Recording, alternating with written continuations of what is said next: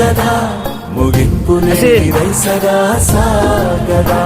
నిస్వార్థమెంత గొప్పదో ఈ పదము రుజువు కట్టదా సిరాలు లక్ష వంపదా చిరాక్షరాలు రాయదా నిశీధి ఎంత చిన్నదో నీ కంటి చూపు చెప్పదా నీలోని వెలుగు పంచగా విశాల నింగి చాలదా మనుష్యులందు నీ కథ మహర్షిలాగా సాగదా మనుష్యులందు నీ కథ మహర్షిలాగా సాగదా